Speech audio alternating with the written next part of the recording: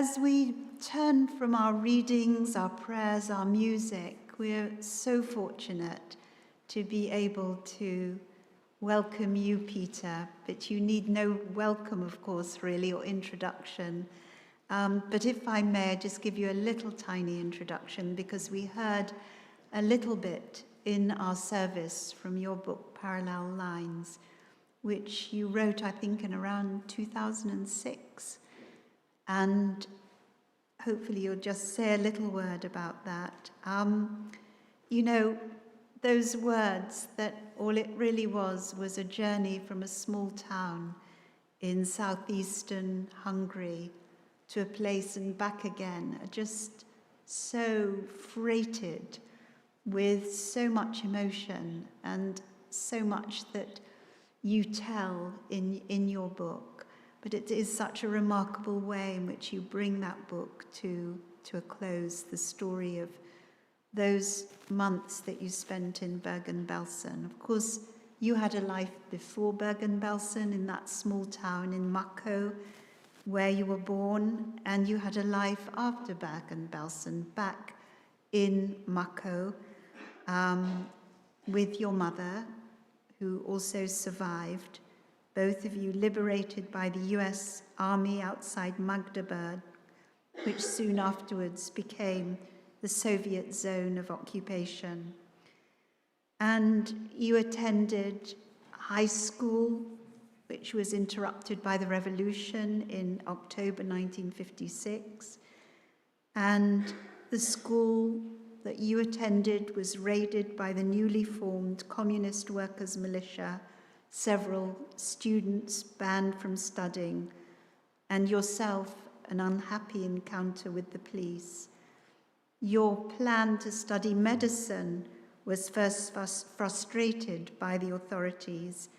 You were on the blacklist of the communist system. After graduating from medicine, Peter was fortunate to be awarded a Wellcome Trust Research Fellowship, and he arrived in London with a small suitcase and a few pounds in October 1968. As the one-year tenure of his grant was coming to an end, he decided, for political, professional, and personal reasons, not to return to Hungary. For this defection, the Hungarian authorities had sentenced him in absentia to a prison sentence of 16 months and total confiscation of his belongings. And he wasn't able to visit his native land until communism finally expired in 1989. As many of you know, Peter had a very distinguished academic career in medicine, spanning some 34 years, in which he has contributed to the understanding of diseases of the nervous system. He has become internationally known and was elected to the Academy of Medical Sciences.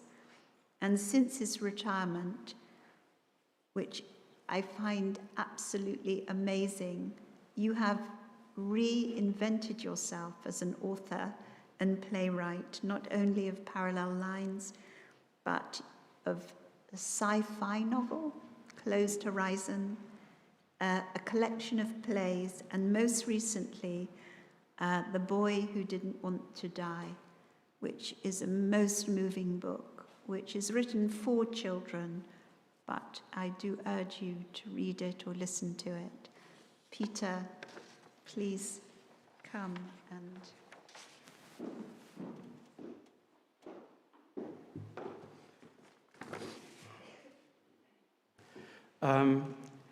It is a privilege to be invited to give a talk on Holocaust Day. Thank you. I am not a philosopher, which I think is quite clear from the introduction, or a historian, or even a religious thinker.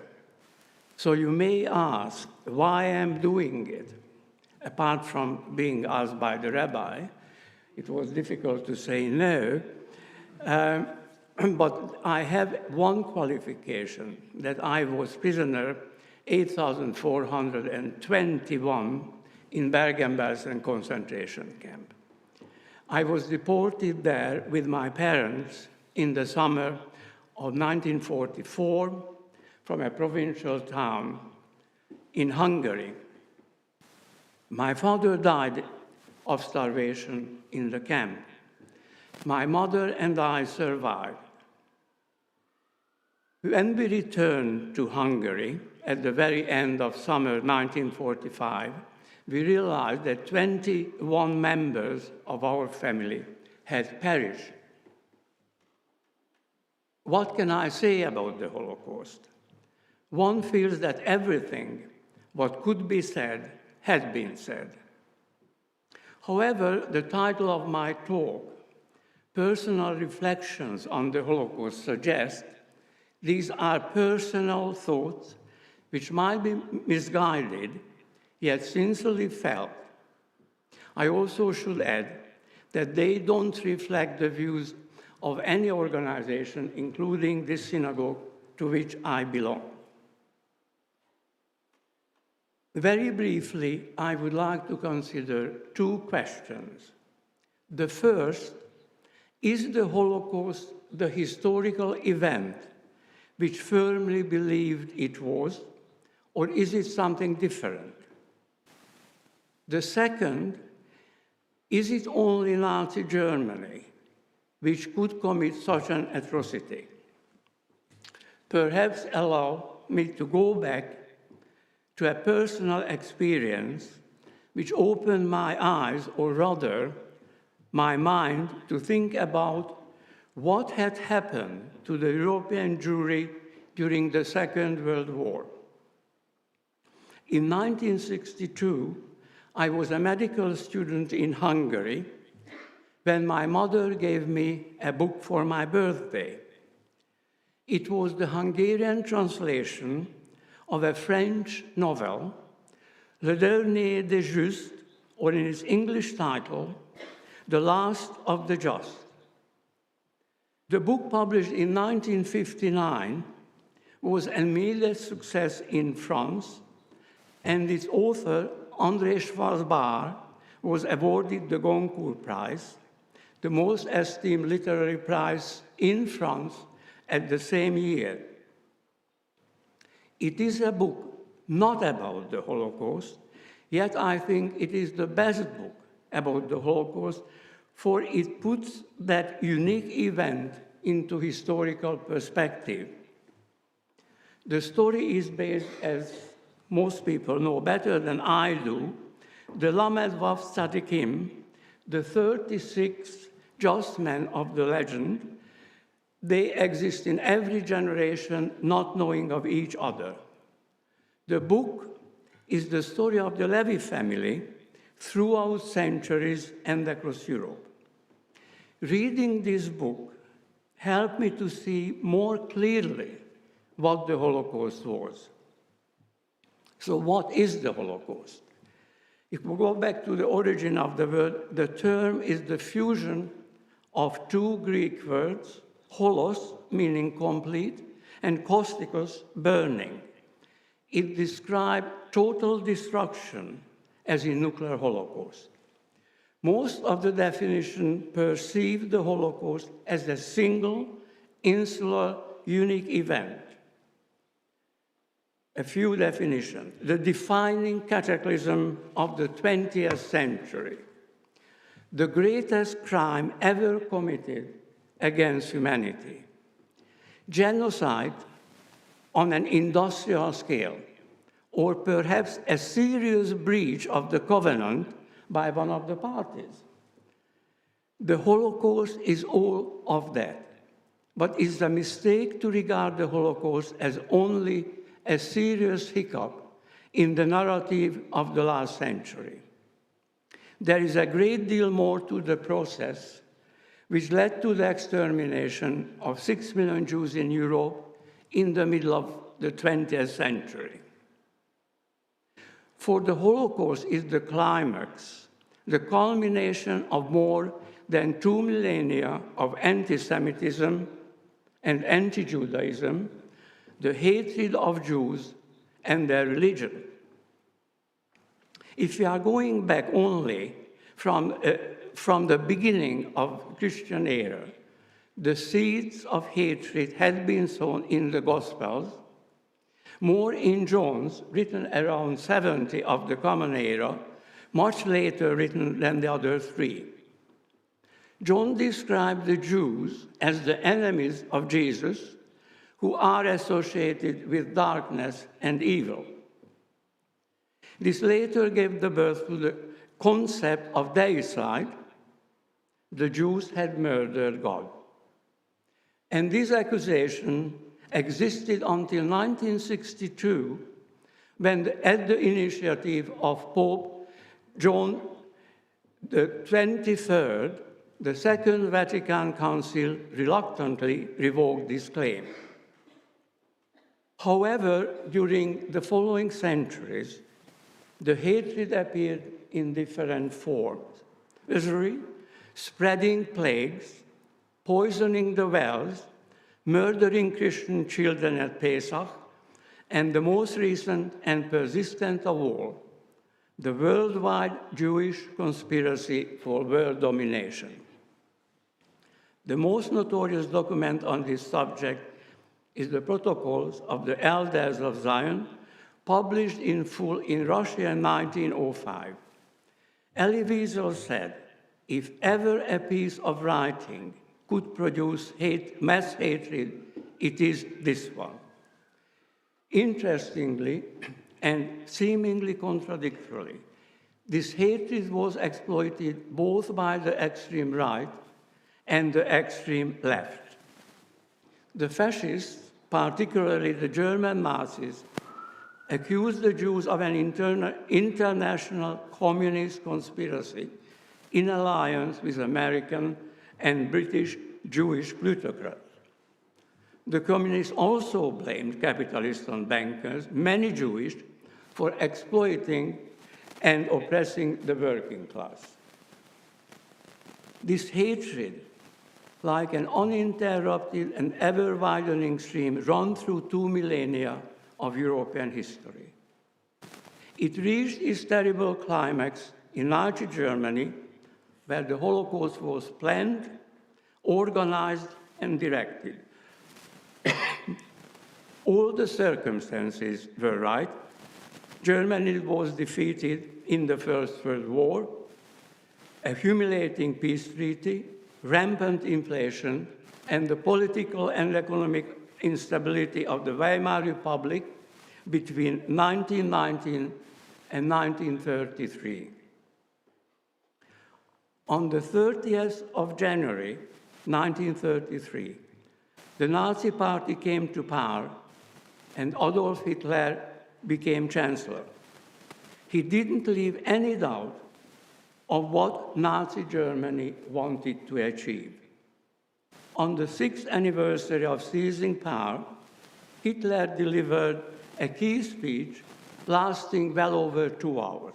He said, it's verbatim translation of the German, "If the international finance and jury inside and outside Europe should succeed in plunging the people of the earth once again into a world war, the result will not be the Bolshevization of the world and thus a Jewish victory, but the annihilation of the Jewish race in Europe.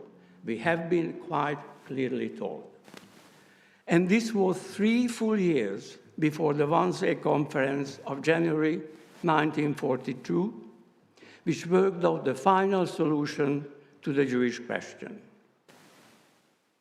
By the late summer of 1941, Germany dominated Europe. Moreover, occupying a large part of the Soviet Union, millions of European Jews were at the mercy of a murderous ideology with a charismatic leader in Hitler. The planning was meticulous and its execution efficient.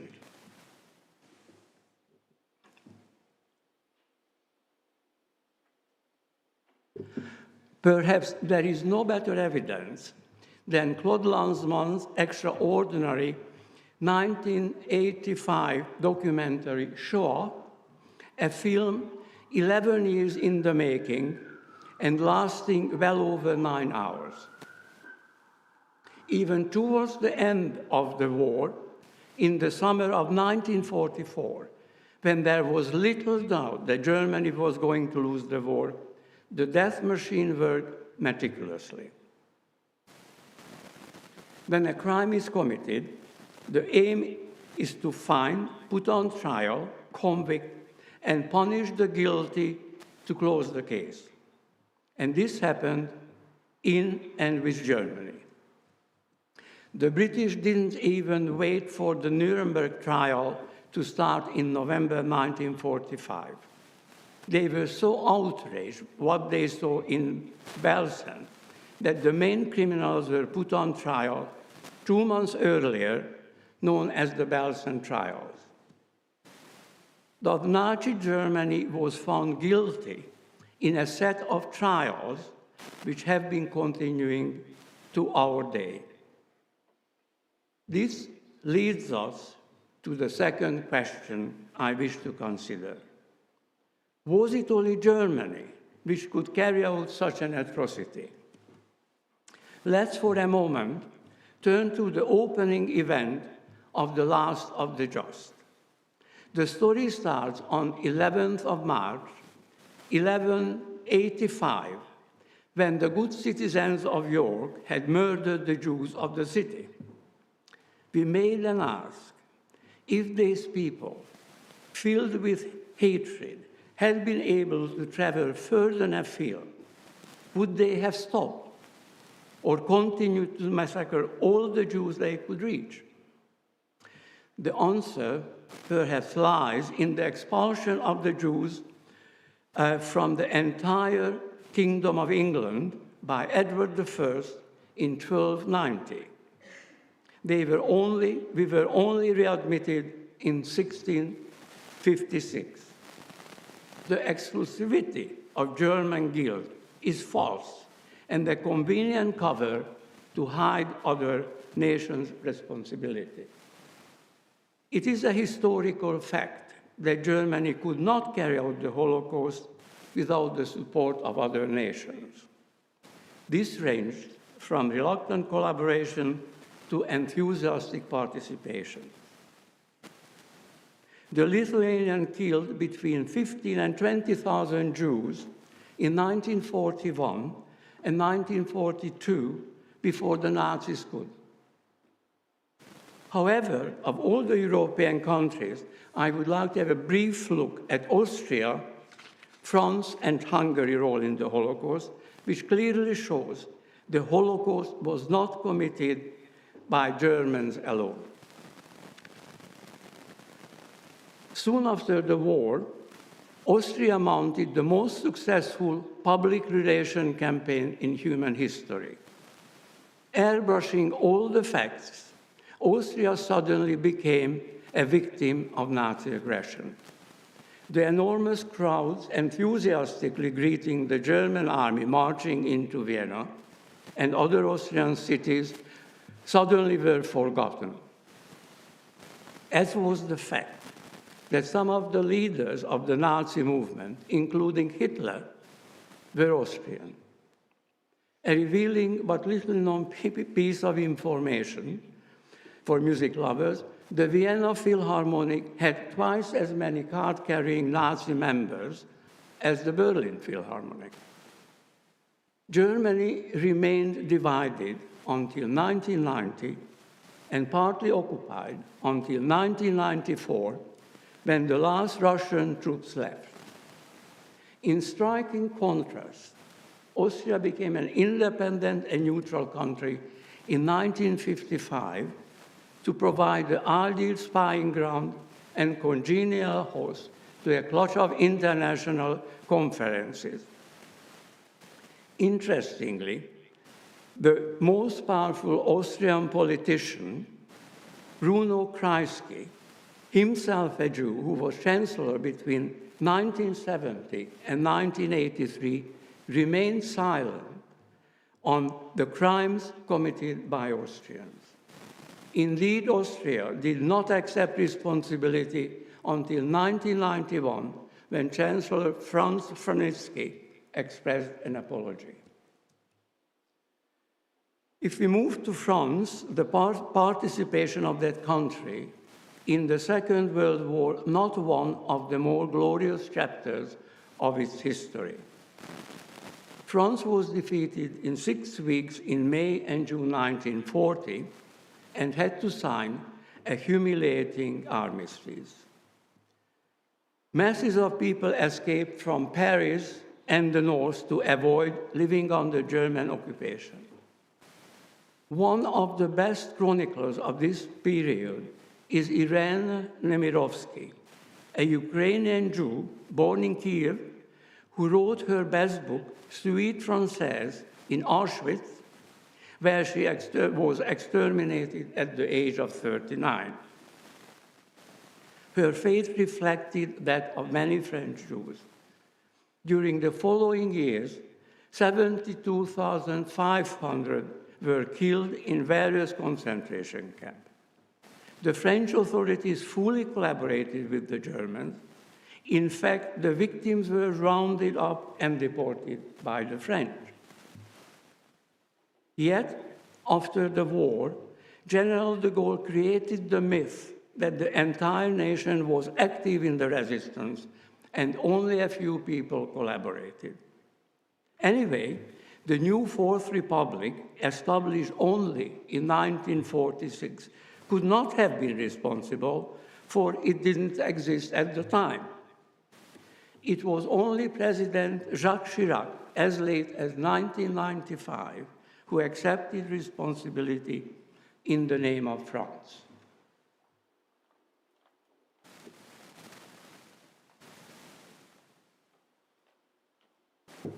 And last, my native country, Hungary, had an extraordinary role in the Holocaust.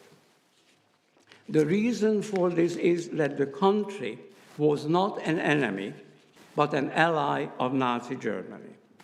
However, increasingly, right-wing government had introduced severely discriminatory anti-Jewish legislation in 1938 and 1939, even before Hungary entered the war in 1941. Despite draconian laws, deportation did not take place at this stage. In 1944, realizing that Germany was losing the war, the Hungarian government started separate secret negotiations with the Allies to leave Germany. To prevent this, on 19th of March 1944, Germany invaded Hungary. Then everything changed. Eichmann arrived the next day, and deportation on a mass scale started in June.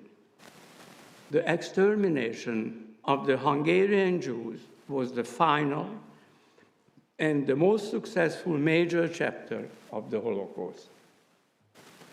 In 3 months during the summer of 1944, 500,000 Hungarian Jews were exterminated, mainly in Auschwitz-Birkenau. All this happened with the full collaboration of the Hungarian authorities. It was not the Germans, but the Hungarian gendarmes who forced us into wagons to start our journey. And the killing of the Jews was a priority. Instead of planning the defense of the country, most resources were concentrated on the deportation of the Jews. From the town where we lived, in southeastern Hungary, we were deported on 16th of June 1944. Only 3 months later, the Red Army liberated the town. The question of responsibility has been hotly debated ever since. Under the post-war communist system, the mass extermination of the Jews was part of the evil of German fascism and not a careful plan directed against them. The opinions are divided even today, ranging from Holocaust deniers to those who accept responsibility. Just two examples. A sculpture erected a few years ago near the Hungarian parliament in Budapest portrays Hungary as a victim of German aggression and not as a willing collaborator. There had been mass demonstration by those who regarded what it is as a blatant falsification of history. Yet, a leading government politician, which I heard personally, called the murder of Hungarian Jews a fratricide. Closing my talk, we should return to the last of the just. In the book, the Levy family starts its journey in 12th century York and travels across Europe through centuries, entering hatred, persecution, pogroms, and murders. The last member of the family, Ernie, faces his death in the gas chambers of Auschwitz with his wife and daughter. As they are dying, Ernie sees, as Rabbi Hanina of the 2nd century did, the parchment of the Torah burning, but its letters taking wing. In the last paragraph, the author addresses the readers. Yesterday, as I stood in the street, trembling in despair, rooted to the spot, a drop of pity fell from above upon my face. There was no breeze in the air, no cloud in the sky. There was only a presence. The author doesn't tell us whose presence it was. Is it the presence of the 6 million, or is it the presence of God? Perhaps we, the survivor, should consider the possibility that both were present and finally in peace with each other. Thank you.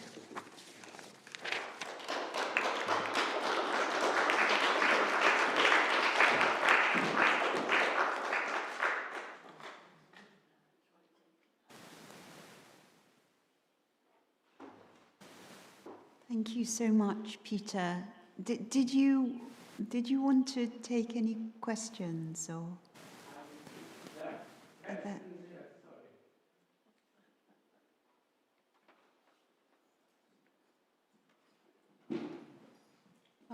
If there are any questions of Peter, please do. Yeah. Hi. Thank you so much for coming, and thank you so much for this talk. So my question, maybe it's a little personal, but I know you wrote a book, so maybe you'd be willing to answer. I mean, you touched upon in your speech just how the sheer injustice of it all and the indifference of people, of other countries, of your own countrymen. I guess my question is, you must have felt such, and you and your mother and the rest of your family must have felt such anger. How did you live with it, and what was your strategy? Sorry, how did I? How did you, I don't know, how did you live with the emotions of the aftermath, living next to people who were collaborating and... Sorry, I can answer it, I think. Obviously, when we went back to Hungary, I was too young to actually know the full extent of evil it happened. I didn't realize until I became a teenager and I asked questions and I realized. But there was probably subconsciously from the beginning a determination to get on with my life. There are various ways one can react, and I'm not saying that the path I chose is the right one, but it seemed to have worked for me. I know people who never recovered from the experience. They harbor hatred. They wouldn't drive a German car. They wouldn't speak German. They wouldn't visit Germany. Yet I think it now is better to live in Germany than some of the other Central European countries, including probably Hungary. So there was a determination, and it was expressed that when at high school apart from Russian, which was compulsory, we had to pick a Western language. I picked German. And also at the first opportunity when we could travel from behind the Iron Curtain, the medical students, clinical medical students within the Soviet bloc, I decided to go to East Germany. So that was a kind of a tendency to try to understand. And at the very beginning, I had German friends and German collaborators. So that helped me to not to hate. I mean, I'm not forgetting and I'm not forgiving in a way. That is, one remembers that, I decided to get on with my life and not carry a psychological luggage throughout my life. And it seemed to have worked. I mean, in my 80s. So I survived.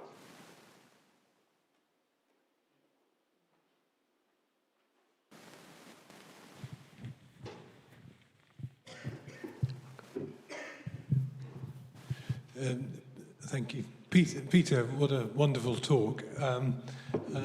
Obviously a distressing subject. I'm fascinated by the book of plays. The third play is of a Scottish group, and actually a namesake of mine. So I'm fascinated to find first, what was the source of the story? How did you come across it?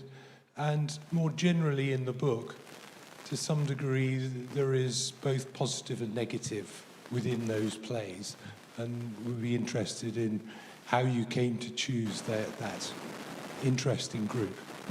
The particular story.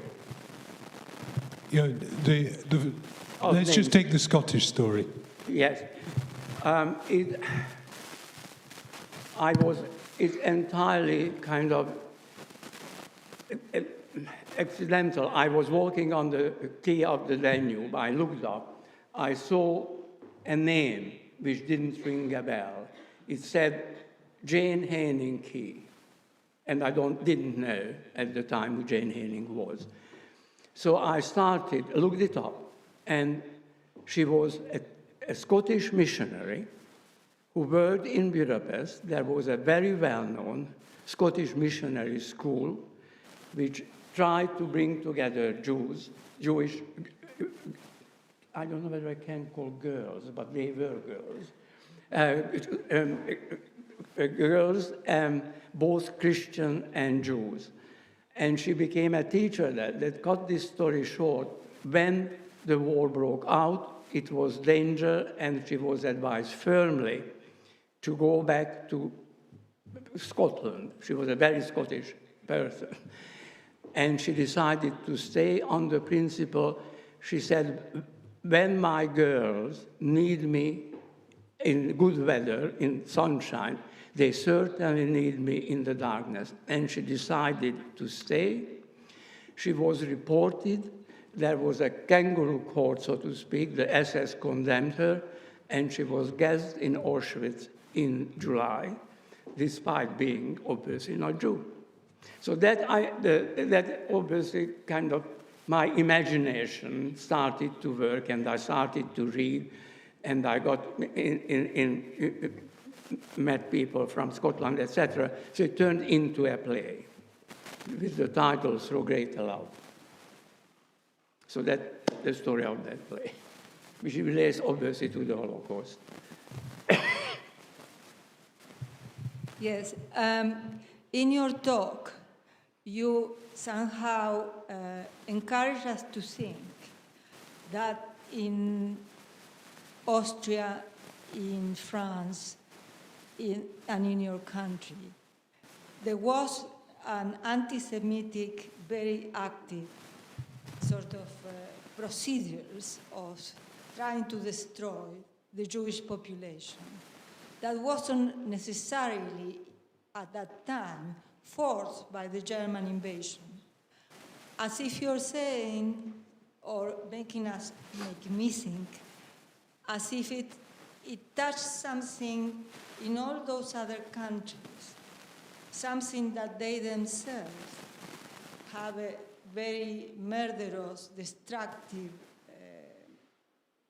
actions against the Jewish populations, to which, in a way, what Germany was doing might have encouraged, but that may be intrinsic in many of these other countries.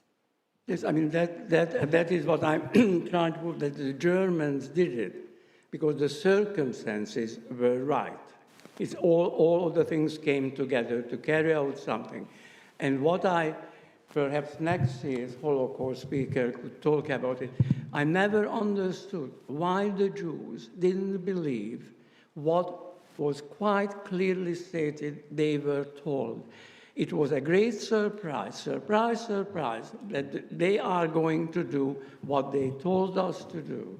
Hitler, in the speech, put it quite clearly in 1939, January 30th, that there will be the annihilation of the Jews of Europe. It was said.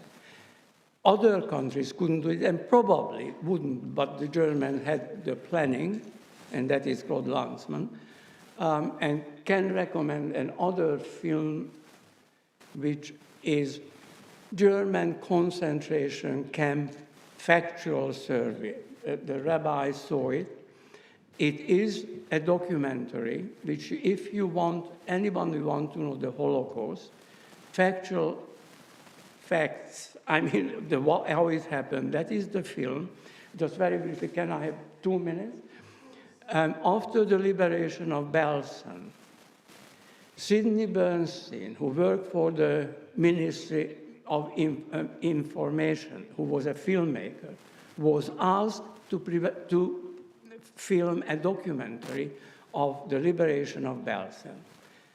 Bernstein had two fantastic, probably more, ideas. One was that he extended the filming to the other allies, the Soviets and the Americans. So not only the liberation of Belsen, but Auschwitz, Dachau, Buchenwald, etc. should be recorded. The second brilliant idea was that he invited his friend, no one else than Alfred Hitchcock, from Hollywood to come to advise. Hitchcock did not direct the film, but he advised him and made two very interesting comments and asked Bernstein to do it, which he did. The first was to have long shots. So he can't be accused that the bits were cut together and pasted together. So one could see the German officers witnessing the mass graves and then the mass grave being dug. And the second, which was very interesting, there should be a map indicating where the concentration camps were. And the extraordinary thing is that some of the worst concentration camps are very near to the European center of culture. Like Auschwitz is very near to Krakow, like Buchenwald is very near to Weimar, like Dachau is very near to Munich. They made the film, and it would have been shown, but by that time, September 45, the political interest changed, and the idea was we shouldn't upset the Germans because they will be our allies in the Cold War, which by that time it was obvious. So that footage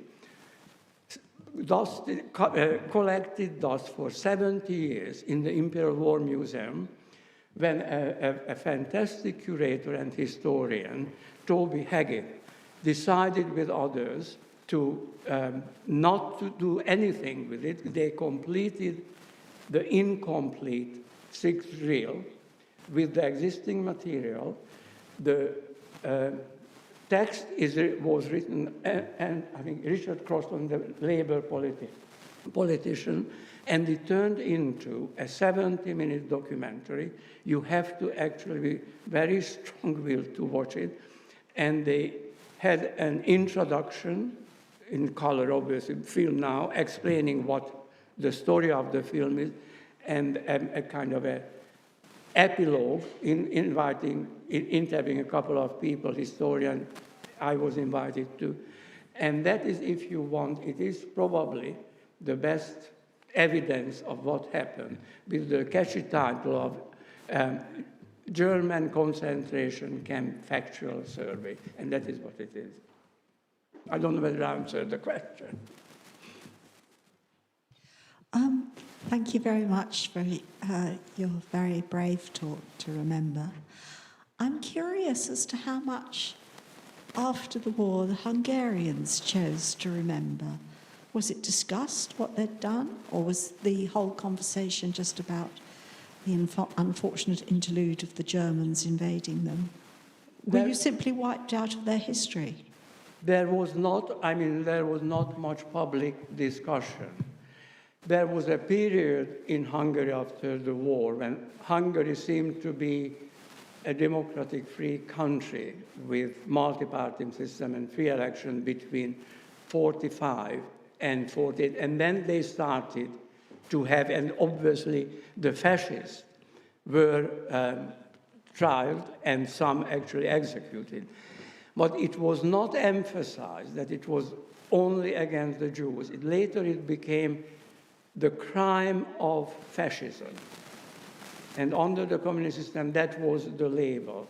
It wasn't spelled out for a long time that there was a plan to exterminate all the Jews of Europe. The Hungarians were, obviously the population were divided. There were people who actually hid Jews and, risked their lives. And there were people who couldn't wait enough to take away things. When we got home in my family house, there was absolutely nothing left, only 2 oil paintings of my grandparents, because no one dared to take those away because they were known in the town who they were. So it like just, there were very good people, and there was anti-Semitism too. And then under communists, there was another wave of anti-Semitism. But there was no proper, as far as I recall, until for a long time, actually, what happened to the Jews.